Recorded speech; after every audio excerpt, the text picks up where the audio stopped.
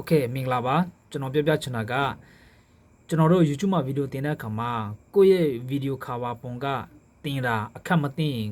ဒီ spam ဖြစ်သွားနိုင်တယ်အဲ့ဒါဘာလို့အဲ့လိုကျွန်တော်ပြောလဲဆိုလို့ရှိရင်ကျွန်တော်ကိုယ်တိုင်ဖြစ်နေလို့အဲ့ဒါကျွန်တော်ပြောပြမယ်ကျွန်တော်ကိုယ်တိုင်အခုလုပ်ပြမယ် Okay ဒီမှာတစ်ချက်ကြည့်ပေါ့နော်ကျွန်တော်ရဲ့ဒီဗီဒီယိုကဒီမှာ Okay ဒီမှာကြည့် CapCut free export ထုံးနေဆိုတဲ့ဗီဒီယိုဒီမှာအဝါရောင်ပေါ်တော့တယ်တွေ့လားအဲ့ဒါဘာကြောင့်အခုလိုမျိုးပေါ်သွားတာလဲဆိုလို့ရှိရင်ကျွန်တော်ရဲ့ဒီ cover thumbnail ပုံကပထမဗီဒီယိုတင်တဲ့အခါမှာဆိုလို့ရှိရင်ဒီလိုမျိုး thumbnail ပုံမဟုတ်ဘူးကျွန်တော်တခုပြောင်းထားတယ်ဆိုတော့ဒီကောင်ကိုကျွန်တော် update change လုပ်လိုက်တာကဟိုတရက်နေ့မှပဲလုပ်လိုက်တာအဲ့ဒါတရက်နေ့ update change လုပ်လိုက်တော့အခုလိုမျိုးဒီလိုမျိုးအဝါရောင်ပေါ်ပေးသွားတယ်ပေါ့အဲ့ဒါဘာကြောင့်ပေါ်သွားတာလဲဆိုလို့ရှိရင်ကျွန်တော်တို့ရဲ့ thumbnail မှာရေးထားတဲ့စာတန်းထုတ်က free export ဆိုတဲ့ဟာကဒီကောင်ကိုဒီအဲ့ဒါကြောင့်ဒီကောင်ကြောင့်ဖြစ်တယ်။ဘာဖြစ်လို့လဲဆိုလို့ရှိရင်ကျွန်တော်တို့ CapCut မှာဆိုလို့ရှိရင်ကျွန်တော်တို့ CapCut ရဲ့ဒီ software က free မပေးဘူးကွာတိလား free export ထုတ်လို့မရဘူးဆိုတဲ့ဟာကိုကျွန်တော်ကဒီ thumbnail မှာ free export ဆိုမှကျွန်တော်ကအင်္ဂလိပ်လိုစာတန်းအကြီးကြီးထိုးလိုက်တော့စာတန်းအကြီးကြီးတက်လိုက်တော့သူတို့ကကျွန်တော်ရဲ့ video ကိုspam ဆိုမှသူတို့ကတက်မှတ်လိုက်တယ်အဲ့ဒါဘာလို့တက်မှတ်လိုက်လဲဆိုလို့ရှိရင်နောက်တစ်ခုကကျွန်တော်ရဲ့ video ကောင်းစင်မှာလည်းပဲ CapCut free export ထုံးနေဆိုမှကျွန်တော်စာတန်းထိုးထားတယ်အဲ့ဒါဒီမှာကြည့်အဲ့ဒါကြည့်ကျွန်တော်ဒီ video ရဲ့ကောင်းစင်မှာလည်းအခုလိုမျိုးစာတန်းထိုးတက်သွားတယ်ပေါ့နော် CapCut free export ထုံးနေဆိုမှအဲ့လိုမျိုးစာတန်းလည်းတက်သွားတယ်ဆိုတော့ကျွန်တော်ကအခုဘယ်လိုမျိုးလုပ်ရမလဲဆိုလို့ရှိရင်ဒီအဝါရောင်ဒီစာတန်းအဝါရောင်ကိုပျောက်တော့အောင်ကျွန်တော်ဘယ်လိုမျိုးလုပ်ရမလဲဆိုလို့ရှိရင်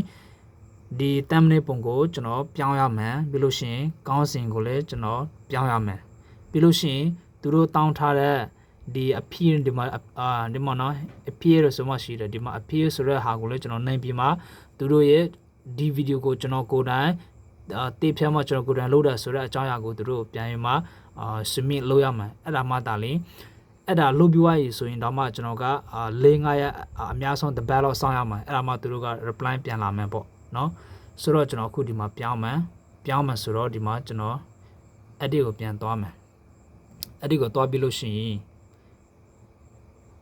okay edit ကိုသွားပြီးလို့ရှိရင်ဒီနေရာမှာ thumbnail ဆိုတာရှိတယ်ဒီကောင်ကိုသွားပြီးမှ chain ကိုသွားမယ် okay chain ကိုသွားပြီးကျွန်တော်ဒီမှာ video ရှိတယ် okay ဒီကောင်ကျွန်တော် edit ပြန်မှပြောင်းလိုက်မယ်ဆိုတော့ပြောင်းလိုက်ပြီဆိုလို့ရှိရင်ဒီမှာအခါမေးပေါ့နော်ဒါပုံစံ data တော့ data ပဲဒါပေမဲ့ဒီစာတန်းထုတ်ကို free export ဆိုတဲ့ဟာကိုအင်္ဂလိပ်လိုမရေးဘဲနဲ့မြန်မာလိုကျွန်တော်ရေးလိုက်တယ်ပေါ့နော်ပြီးလို့ရှိရင်ဒီကောင်ကိုလည်းပဲဒီကောင်းစဉ်ကိုလည်းပဲကျွန်တော်ပြန်ပြောင်းရမယ် okay ဒီကောင်းစဉ်ကိုလည်းကျွန်တော်ခုပြောင်းမယ် CapCut video လောက်ကိုကျွန်တော်လုပ်မှာပေါ့နော်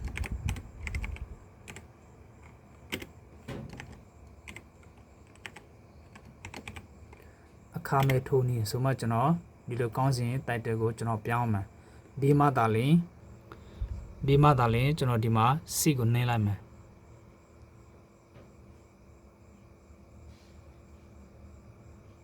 okay ဒီ C ကိုကျွန်တော်နှိမ့်လိုက်မယ်okay ကျွန်တော်အခုလိုမျိုး C လုပ်လိုက်ပြီဆိုလို့ရှိရင်ပြီးပြီလားဆိုရင်မပြီးသေးဘူးဒီမှာကျွန်တော်ပြန်သွားမှာအဝါရောင်စာတန်းထုတ်အဖြည့်ဆိုတဲ့ဟာကိုကျွန်တော်နှိမ့်မယ်အဲ့နဲ့အလင်းအောင်များနေ okay ဒီအပြည့်ကိုသွားမှန်းပြီးလို့ရှိရင်သူတို့ဒီမှာပေးထားတယ်ပေါ့နော် require human review ဆိုတာတင်းရဲ့ဗီဒီယိုကိုပြန်မသုံးသပ်ပေါ့နော်ဒါဒီသူတို့တရားဝင်လုပ်ထားတဲ့ဟာတွေကိုဒီကျွန်တော်ရဲ့ဗီဒီယိုကဒီ application website နဲ့သက်ဆိုင်တဲ့အကြောင်းအရာတွေကိုမကန့်ညင်ဘူးဆိုမှသူတို့အဲ့လိုမျိုးပေးထားတယ်အဲ့ဒါကိုကျွန်တော်ရဲ့ဗီဒီယိုကိုတကယ်မျိုးအဲ့လိုမျိုးလုပ်တာလားဟုတ်မဟုတ်ဆိုတာကိုတေချာပြန်စစ်ဆေးပေးပါဆိုမှကျွန်တော်အဲ့လိုမျိုးမေးတဲ့အခါမှာကျွန်တော်ကဒီမှာအမှန်ချလိုက်တယ်မို့နော်အမှန်ချလိုက်ပြီဆိုလို့ရှိရင်ဒီမှာ require review ဆိုတာကိုဒီမှာတစ်ချက်ပြန်နှိမ့်လိုက်မယ် okay နှိမ့်လိုက်ပြီဆိုတော့သူတို့ပြန်တင်လိုက်ပေါ့နော် okay ဒီမှာအပေါ်မှာ line သွားနေပေါ့နော်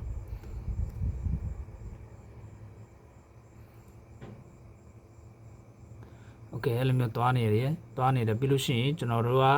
သူတို့ရဲ့ reply အကြောင်းကြားတဲ့ဟာကိုပြန်ပြီးမှဒီအများဆုံးတစ်ပတ်မို့ရင်တရက်နေ့အတွင်းကိုသူတို့ကကိုယ့်ရဲ့ video ကပတ်စံရှာလို့ရမရဒီမှာရတယ်ဆိုလို့ရှိရင်ဒီအဝါရောင်ကပျောက်သွားပြီးမှတာမန်လို့ဘာမှဒီပေါ်မှာမဟုတ်ဘောနော်အခုအဲ့လိုမျိုးဖြစ်သွားမှာဖြစ်တယ် အခုကတော့ကျွန်တော်ရဲ့ဗီဒီယိုဒါကတော့ပတ်စံမဝင်ဘူးပေါ့လူကြည့်တာဘယ်လောက်ပဲများအဲ့လိုမျိုးပတ်စံဝင်မှာမဟုတ်ဘူးပေါ့နော်ဆိုတော့ကျွန်တော်ကဒီဗီဒီယိုကိုအဲ့လိုမျိုးကျွန်တော်တို့ဗီဒီယိုမှာဗီဒီယိုတင်တဲ့အခါမှာခုလိုမျိုးဒီလိုမျိုးကိုယ့်ရဲ့တန်မင်းနဲ့ကိုယ့်ရဲ့ဒီဗီဒီယို title ဘယ်လောက်ထိအရေးကြီးလဲဆိုတာကိုလည်းကျွန်တော်ကဘူတူတာအနေနဲ့မင်းဆွေတို့မကြုံဘူးလို့ရှိရင်အဲ့လိုမျိုးကြုံမှာဆိုလို့ပေါ့နော်ကျွန်တော်ပြောပြတာဖြစ်ပါတယ်အားလုံးကိုကျေးဇူးတင်တယ်နော်